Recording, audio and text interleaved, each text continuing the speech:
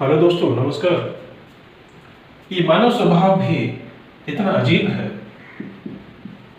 ये मानव स्वभाव की अगर हम बात करें तो ह्यूमन जो नेचर है वो ये कहती है कि आग जब तक दूसरे के घर में लगी है तो उस समय तक हम निश्चित होते हैं कि हमारा घर सेफ है, सुरक्षित है।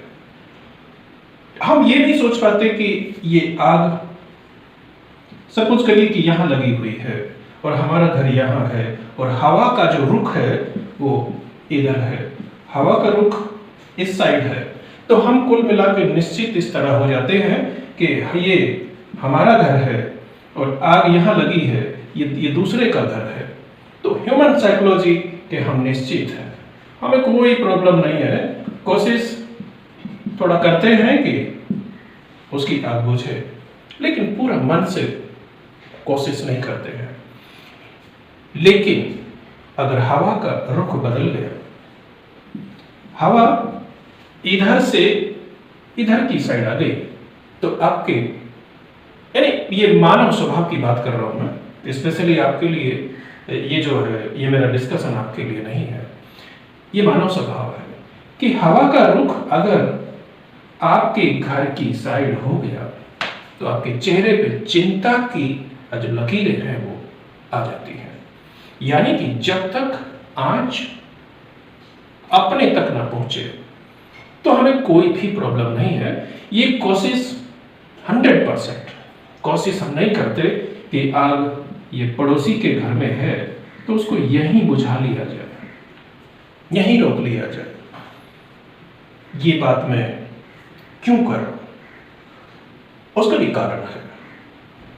अभी बहुत शोर मचाया जा रहा है, अग्निपथ आंदोलन हो रहा है, युवा जो सड़कों पे है, उसके साथ साथ में पूरे समाज की जो ये भावनाएं हैं वो कुछ इस तरह से भी जुड़ी हुई है कि लोग सोचते हैं कि अभी जो वर्तमान में ये जो सरकार है उसने ये गलत किया। ये मानता हूं कि सरकार की जो भी योजना है वो योजना बड़ी सोच समझकर बनाई जाती है, कुछ ना कुछ कारण होगा, लेकिन वो युवा की समझ में नहीं आ रही है, समझ में नहीं आ रही है। तो कुछ ना कुछ कारण है उसका भी, इसकी समझ में नहीं आ रही है। एक कारण तो ये हो सकता है कि हम जो भारतीय लोग हैं वो एक सीधे वो रास्ते पे चलने वाले हैं, यानी कि नो चेंज, हम चेंज नहीं चाहते, नो चेंज, हम बदलना नहीं चाहते। जो ट्रेडिशन है, जो भी हमारी जो परंपराएं हैं उन्हीं पे हम रहना चाहते हैं। एक तो ये मेंटालिटी हमारी होती है। अभी मानव स्वभाव की बात जो मैं कर रहा हूं उसी के साथ साथ ये चीज आप समझ लीजिए कि अग्निपथ योजना आई, एकदम नई स्कीम है, योजना आई, समझ में नहीं आई, आंदोलन शुरू हो गया। तो इसका अर्थ ये है कि हम बदलना नहीं चाहते, सिस्टम को चेंज वो नहीं करना चाहते। उसमें जो भी चेंजेस है, जो समझ, इसमें मैं ये भी कह सकता हूं कि योजना को लेके आने से पहले जो ये है ना, सरकार को एक फुल प्रूफ एक प्लानिंग इस तरह की बनानी चाहिए थी कि वो युवाओं को समझाते कि इस योजना से ये होगा। योजना के लॉन्च होने के बाद सरकार ने इसमें खूब सारे जो चेंजेस किए, लेकिन कुल मिला के ये था कि हम बदलना नहीं चाहते। सरकार चाहती है कि सिस्टम को बदला जाए, लेकिन हम बदलना नहीं चाहते। अब आप ये कहेंगे कि मैं इस योजना के पक्ष में बोल रहा हूं, नहीं, मैं इस योजना के पक्ष में नहीं, ना ही मैं इस योजना के विपक्ष में हूं। जब ये योजना आई, इसमें जितने भी ये क्वेश्चंस उठे, उन क्वेश्चंस के सरकार ने जो कोशिश की कि उनका समाधान हो जाए। अब आप ये बोलेंगे कि सेना के लिए इस तरह के जो चेंजेस हैं वो ठीक नहीं है, ये सेना की बात है, ठीक है, सेना की बात है, सैनिक के लिए पेंशन होती है, ठीक है, पेंशन है, और इस योजना में पेंशन नहीं है, ठीक है। जॉब सिक्योरिटी की बात अगर आती है तो जॉब सिक्योरिटी यहाँ सर्विस जो है वो पूरी सेवा है, इसमें यहाँ केवल 4 साल की सेवा है। तो ये मैं आप लोगों को ये पहले ही बता चुका हूं कि मैं इस योजना के ना पक्ष में हूं ना विपक्ष में हूं। आप लोगों के जो क्वेश्चन है वो अपनी जगह जायज है। मैं आप लोगों को समझाना ये चाहता हूं कि ये अग्निपथ जब योजना आए तो इस योजना को लेके ये जो भी इसकी जो शर्तें हैं कि पेंशन नहीं है, ये सेवा सिर्फ 4 साल के लिए है। 4 साल के लिए भी उनके लिए 75% के लिए 4 साल के लिए है, 25% पूरा उनकी जो सर्विस है वो सेम एज यूजुअल जैसी हो रही है ऐसी होगी। तो ये 75% के लिए आंदोलन है। मैं ये कह रहा हूं, ये जो आग का और हवा का जो एग्जाम्पल ये मैंने दिया वो इसलिए दिया, थोड़ा सा आप जो समझने की कोशिश कीजिए। इतिहास में थोड़ा अब आप लोगों को लेके मैं जाना चाहता हूं कि ये अग्निपथ योजना जो आज आई, इसका ये विरोध इसलिए है क्योंकि ये सेना के लिए है।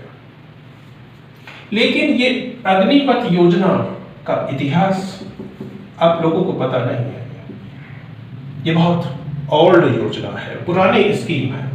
इसका इतिहास शुरू होता है 1991 से ये योजना लॉन्च हो चुकी थी। अब आप ये कहेंगे कि अग्निपथ योजना तो 14 जून 2022 में लॉन्च हुई है। 14 जून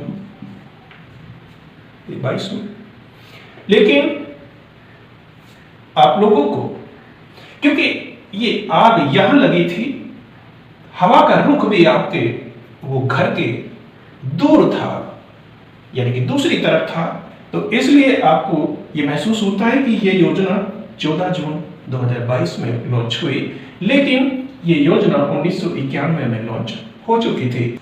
अब यहां कुछ पॉइंट्स है नोट कर लीजिए। 26 जुलाई 1991 में निजीकरण की शुरुआत हुई थी। ये निजीकरण मतलब आप कह सकते हैं प्राइवेटाइजेशन, यानी कि आप ये भी कह सकते हैं कि 1991 में बीजेपी नहीं थी। अब यहां बीजेपी को दोष नहीं दे सकते, सरकार में जो भी पार्टी थी वो अलग थी। और 26 जुलाई 1991 में जो है निजीकरण यानी कि प्राइवेटाइजेशन की शुरुआत हो चुकी थी। उससे ये पहले उल्टा था, यानी 26 जुलाई 1991 से वो पहले जो भी निजी संपत्तियां थी, यानी कि आम आदमियों का पैसा, जैसे ग्रुप बनाया, कोई बिजनेस ग्रुप है, उनका राष्ट्रीयकरण किया गया। यानी जैसे कि बैंकों का राष्ट्रीयकरण हुआ, ये 1969 में ये बैंकों का राष्ट्रीयकरण हुआ। तो इस तरह की घटनाएं हो रही थी 1991 से, ये पहले की बात है। बहुत सारे फैक्ट्री जो ये कंपनी थी, यानी कि ये भारत में जो है जिनको नवरत्न कहा जाता था, वो भी 1991 से ये पहले की बात थी।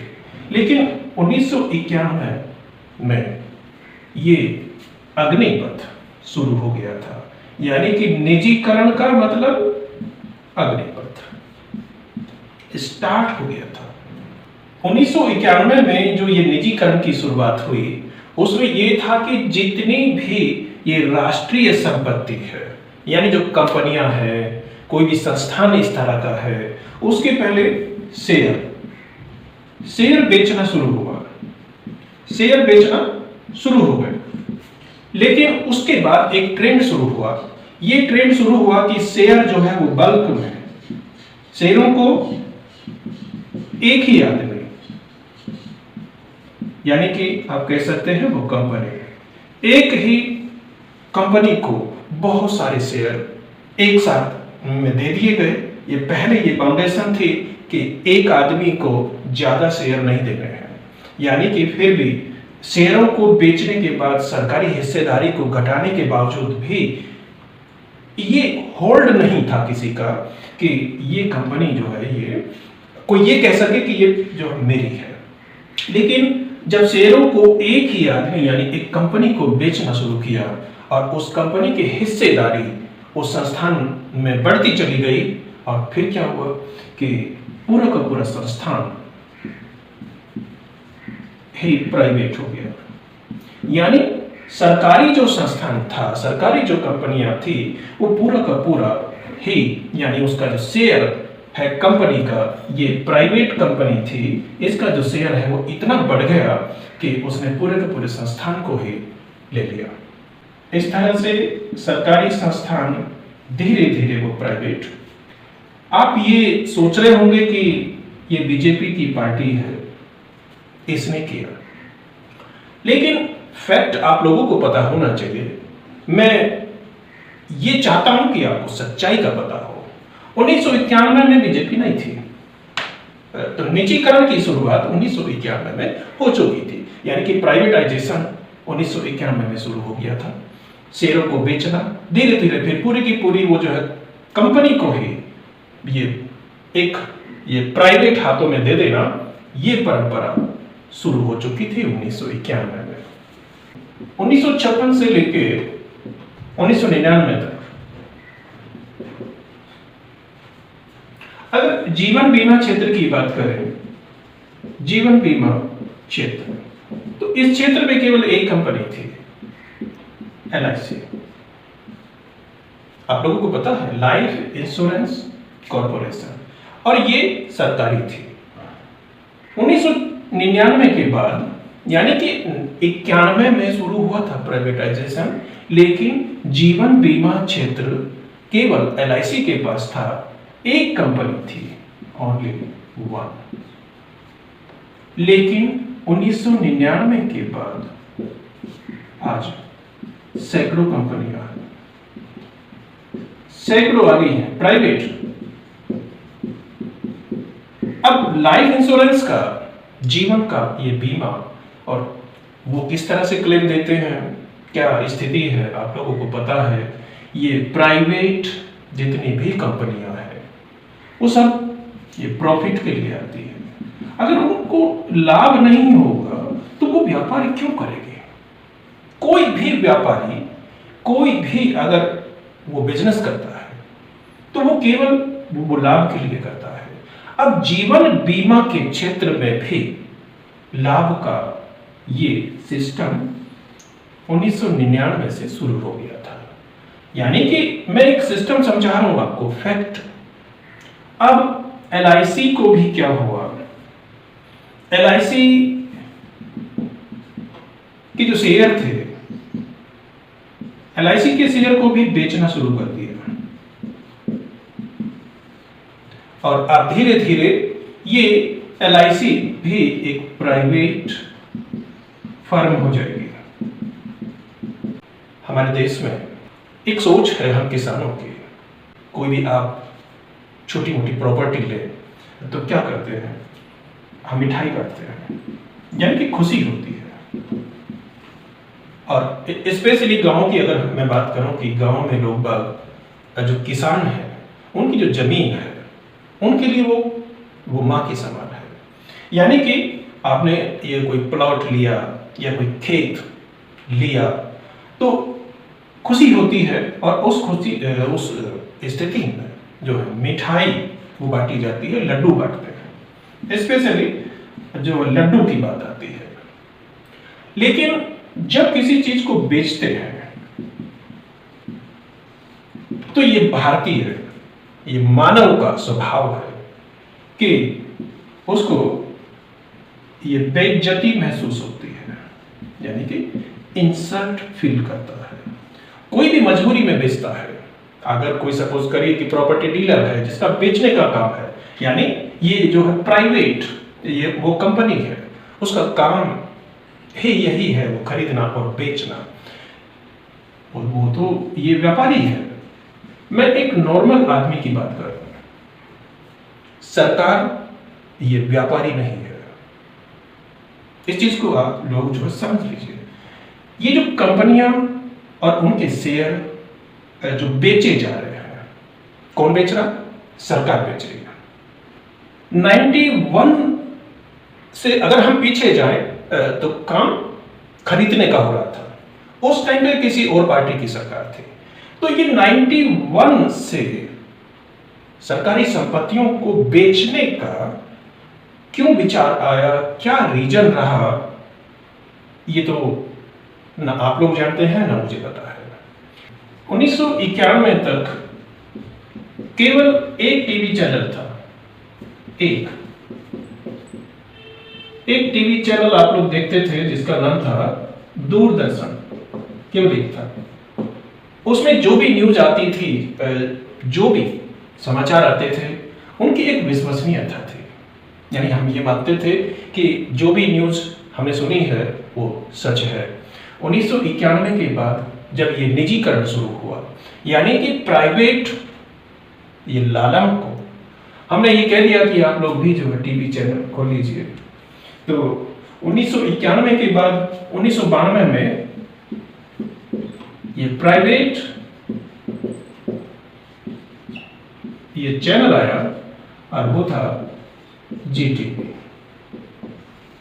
1992 में आया और उसके बाद आज लगभग 1000 टीवी चैनल है।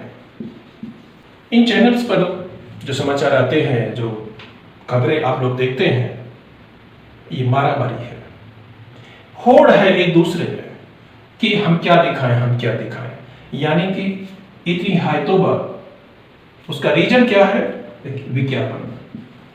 ये एडवर्टाइजमेंट की जो कमाई है, उसने इन चैनल्स के जो ऑनर हैं, जो मालिक हैं, उनको ये मालामाल बना दिया।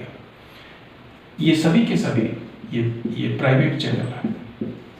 अगर इसमें इनकम नहीं है इन चैनल्स पे, यानी कि प्रॉफिट नहीं है, तो ये जो एंकर्स हैं उनको जो सैलरी मिलती है, जो करोड़ों रुपए का जो पैकेज है उनका,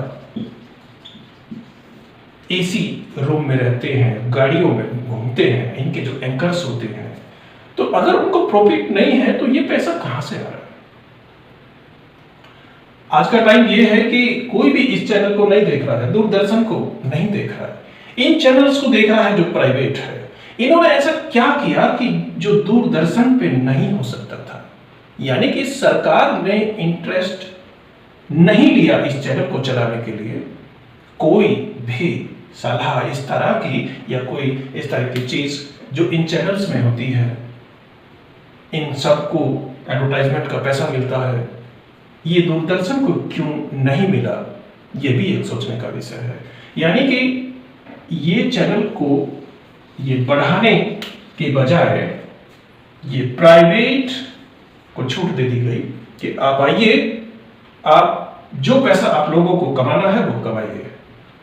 हालांकि इस सिस्टम से ये गवर्नमेंट को टैक्स भी मिलता है, लेकिन फिर पूरी की पूरी इनकम ये गवर्नमेंट की होती है अगर ये ना होते तो। लेकिन ऐसा नहीं हो पाया। तो खैर मैडम, ये धीरे धीरे सिस्टम आ रहा है प्राइवेटाइजेशन का, क्योंकि एक स्वभाव हमारा और भी है कि हम एकदम से नहीं बदलते हैं, धीरे धीरे बदलते हैं। यहां से आगे बढ़ेंगे धीरे धीरे। 1999 में जब सरकार बनी तो सरकार ने अलग से एक मंत्रालय बना दिया जिसका नाम था ये विनिवेश मंत्रालय। अलग से ये मंत्रालय बनाया, यानी कि डिस इन्वेस्टमेंट।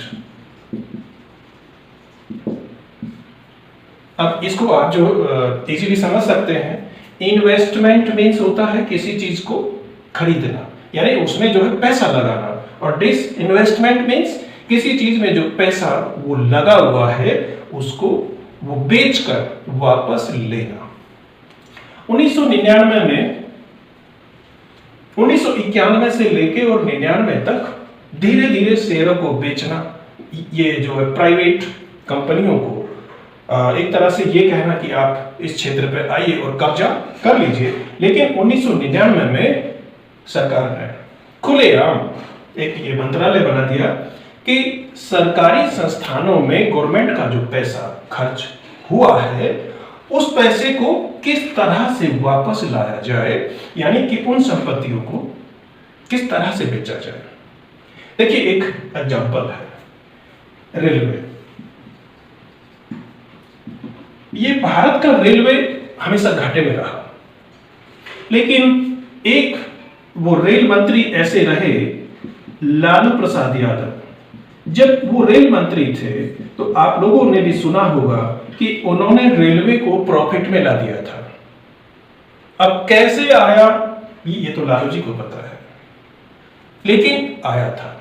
वो ऐसा समय था कि अमेरिका से लोग स्टूडेंट्स की टीम आई थी कि आप जाइए इंडियन रेलवे को स्टडी कीजिए कि जो ये डिपार्टमेंट आज तक भी जो प्रॉफिट में नहीं आया वो अब कैसे, क्या ऐसा उन्होंने जो है टेक्निक यूज की है कि वो जो है प्रॉफिट में आ गया है। रेलवे को बेचने की प्रथा उस समय तक नहीं थी, लेकिन आज क्या स्थिति है कि रेलवे का प्राइवेटाइजेशन होना शुरू हो गया है और धीरे धीरे पूरा रेलवे डिपार्टमेंट ये किसी एक कंपनी की प्रॉपर्टी बन जाएगा।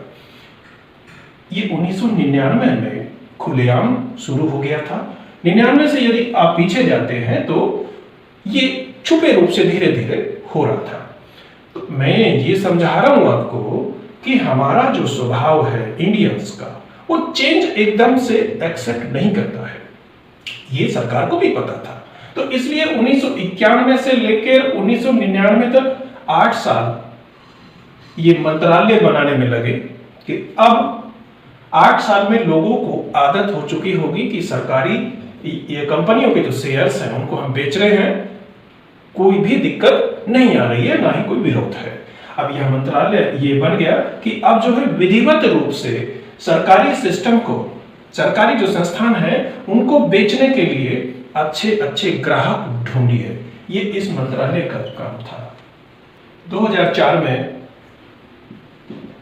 एक नई घोषणा आई। अगर मैं आपको कहूं कि वो रियल में ये अग्निपथ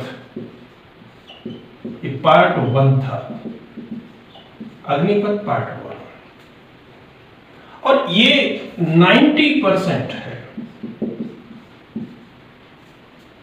यानी 90% जो काम है वो इसमें हो चुका था। अग्निपथ ये पार्ट 2 जो आया है इसमें 5% काम हो चुका है, यानी कि ये 14 जून 2022 में आया है। ये अग्निपथ ये पार्ट 2 है और इसमें केवल ये 5% काम हुआ है अभी ये प्राइवेटाइजेशन का। ये 90% हो चुका था 2004 में। अब आप सोचेंगे वो कैसे, सुनिए। 2004 यानी कि 1 अप्रैल 2004 के बाद जो भी सरकारी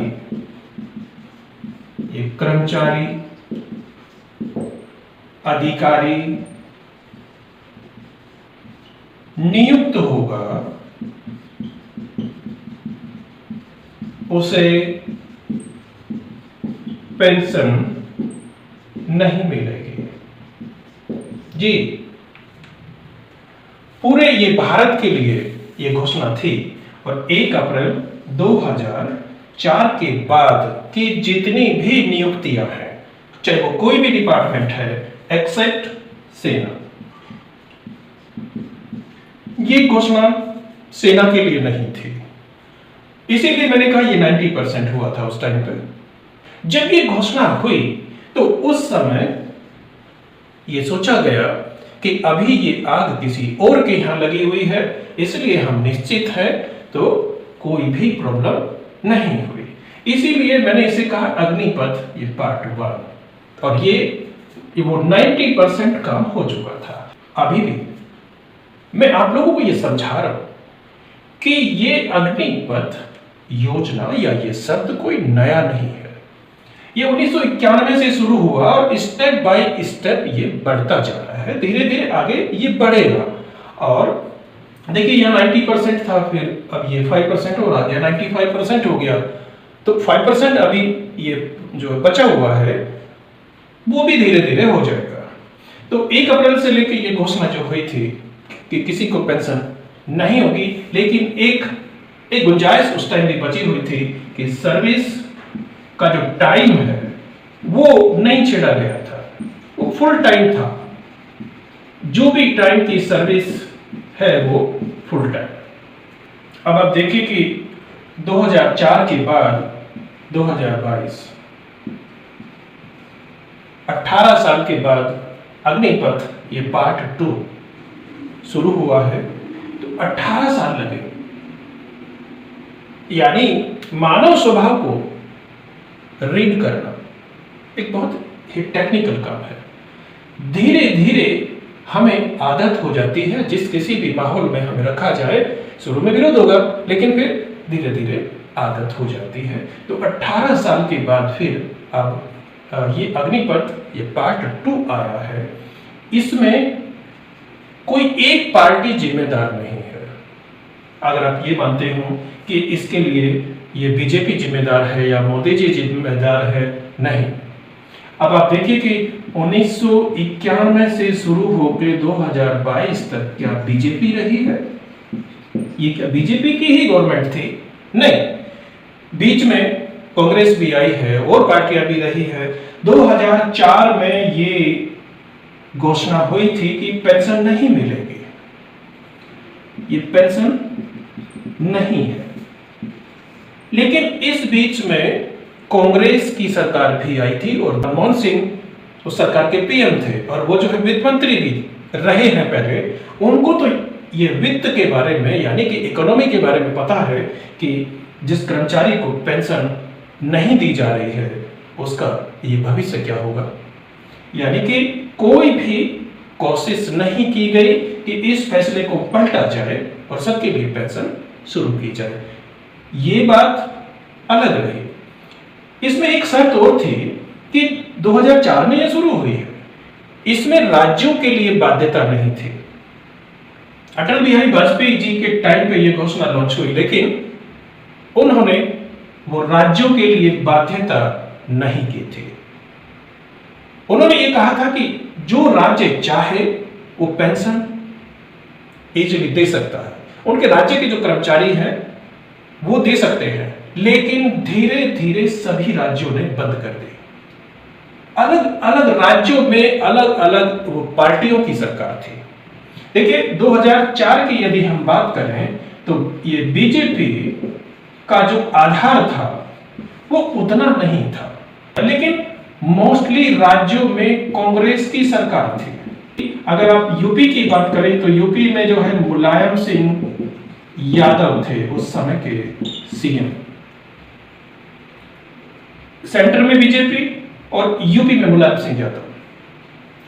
हम दोष देते हैं बीजेपी को कि पेंशन जो है बीजेपी ने बंद करी, लेकिन यूपी में ये पेंशन जो है मुलायम सिंह ने बंद करी।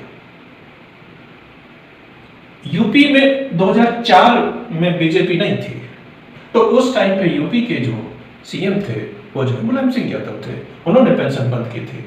लेकिन सारा दोष जो है ये बीजेपी को जाता है। अलग अलग राज्यों में अलग अलग जो पार्टियों की सरकार थी ये पेंशन उन्होंने बंद की है। अब धीरे धीरे सभी जो राज्य है वो पेंशन वो दे रहे हैं। यानी कि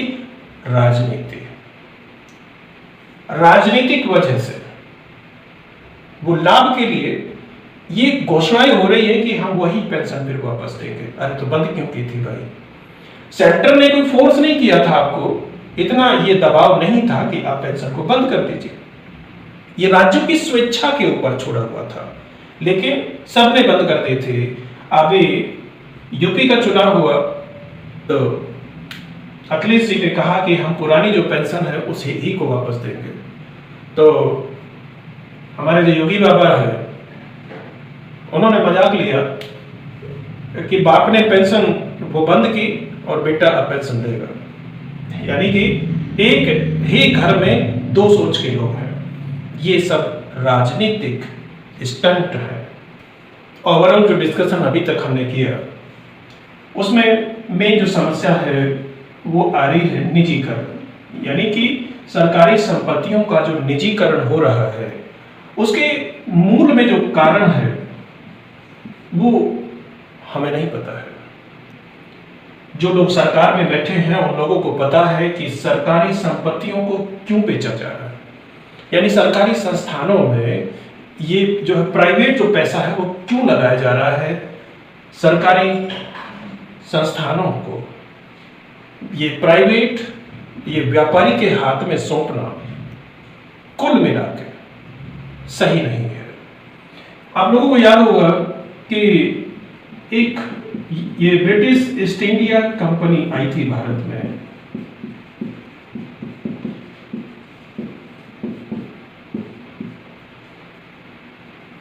ये ब्रिटिश ईस्ट इंडिया जो कंपनी आई ये प्रॉफिट के लिए आई थी।